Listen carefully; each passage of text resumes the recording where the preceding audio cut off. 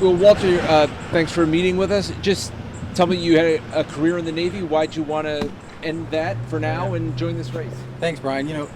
Certainly running for Congress wasn't in the plans for me. I have friends, leaders, some Washington, many in Rhode Island, encouraging me to run for Congress. And I said, run for Congress? How about run from Congress? I'm not a politician, and I can't stand politics because of how polarized and how divisive we are. And the more Rhode Islanders I spoke with, the more I realized, people are hungry for change and hungry for someone who's different. And so, and as a father, as a husband, as an educator, as a veteran, I constantly think about, the world that I'm going to leave my children, that we're going to leave our children. Are they going to grow up in communities where, the cost of living and the fear of living is outweighed by the joy of living? Are they going to step into a country where, that's torn apart by partisan politics? Are they going to step into a world where that's constantly under threat from climate change? And not on my watch. I can no longer stand and watch our political leaders today in Congress fail us. I can no longer watch them, undermine the very values, the very freedoms, the very democracy that I spend my life's work defending. And, so that's why I'm running. I'm running because I have an obligation to answer the call to service, to answer the call so that our kids don't have to answer those questions. And if they do, they can answer it with a resounding no. You grew up in Florida, and then you joined the Navy after 9/11. Just tell us about, the decision to join the Navy, and that's what brought you to Rhode Island? It is, and I guess unlike my opponents, right? I don't have, I don't come from generational wealth. I don't have, I'm not a millionaire. I'm not a politician. I'm not a political appointee. I don't have political connections. And so, but what I do have is, and I'm the only person in this race that has the experience from the local level to the global level. And it starts with, growing up in my family's restaurant and working hard, busting tables, washing dishes, and then, that transition to a life of public service, starting, with the Navy as an intelligence officer, countering violent extremism. The last 15 years, having the opportunity to educate and mold the minds of our nation's leaders, having the opportunity to bring leaders from across our government, across our military, across the world together to keep Americans safe from threats from other countries, from other countries whose values differ a little than ours, as well as threats from climate change. And what I've learned really through my experiences is, that if you take the time to listen to learn from one another, if you take the time to respect one another, if you take the time to actually work hard and be honest, right, there is no problem that we can't solve together.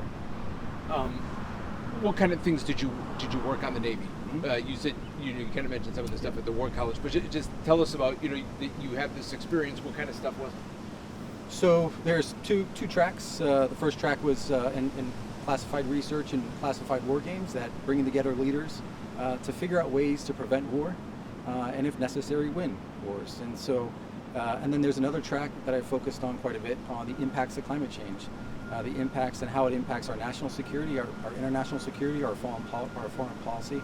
And that truly has been one of the most gratifying experiences, because having the opportunity to lead both naval officers and scholars and folks in government at a very high level, bringing them together to come to common ground, to come to consensus on ways that we can develop principles, practical ways that nations can prevent conflict. And those principles have actually been adopted by nations, have been integrated into their policies and strategies, and it truly has made an incredible impact. On the issue, so you mentioned climate change, what would you do differently that's not being done right now? Look, I fundamentally believe climate change is an existential threat to our economy, our environment, our national security, and the future of our planet. And I've had the experience of traveling across our world. I've seen the impacts in the Arctic. I've seen the impacts right here at home. And look, we need to act and act now, but we should have acted 10, 15, 20, 30 years ago when the science was telling us to act. And so, one, we have to focus quite a bit on science and understanding and making science drive our decision making. And two, we have to make a long-term commitment to fundamentally in making smart investments in clean energy, doing all that we can to prevent pollution. And at the end of the day, it's going to take all of us. It's going to take not only every American, but every country, because no country is immune to the impacts of climate change. On guns, where a lot of Democrats, especially in this race, most of them would say they would ban assault weapons. Are you there with that too? 100%, and more, because this is actually a pretty hard topic for me to talk about. I've had personal friends who have lost their life at an early age from senseless accident and violence, and the harsh reality is that today gun violence is the leading cause of death in America for our kids. And I can't tell you how many people, how many constituents, how many folks across our district, District 1 that I've spoken to that, like me as a father, like I constantly think about whether or not my kids are going to come home safe every day. And there's so many parents and so many kids that feel that way, and they shouldn't feel that way. And so, I will not stop working tirelessly until members and leaders from both houses of both parties come together to pass common sense gun legislation that's going to require extensive background checks, that's going to close gun loopholes, that's going to make significant investments in research focusing on gun prevention violence, and once and for all banning assault weapons and high capacity magazines. And that's how we keep our kids and communities safe. As someone who is in the military, maybe some people would be surprised to hear your stance on that. Does some of your experience influence that? I know the responsibility that comes with handling weapons. I've seen the impacts of these weapons, and look, weapons of war belong on our battlefield and not on our streets. On abortion, where do you stand on? Would you, if you were in Congress and there was either Democrats took control and got a vote on abortion rights, would you support any restrictions on abortion or no? No, I wouldn't, and here's why. I am 100% pro-choice, and no conditions and no restrictions to abortion, because not my body, not my choice, right? It's such a personal decision that needs to be made between a woman and her doctor. And look, here's the harsh reality, right? Our daughters and our granddaughters have less rights today than our mothers and grandmothers. And the Dobbs decision is an attack on my daughter's rights, it's an attack on my wife's rights, it's an attack on the rights of every woman in America. On the cost of living and inflation, maybe it's easing, but what do you say to voters about what you would do to protect their pocketbook? Yeah, I mean, look, as a middle class family, we're feeling it. Housing's increasing, healthcare, childcare, college, and this goes on and on and on. Inflation is a big problem. And look, we have to grow our economy. We have to grow the middle class. It's becoming harder and harder to get to the middle class. It's even harder to stay there.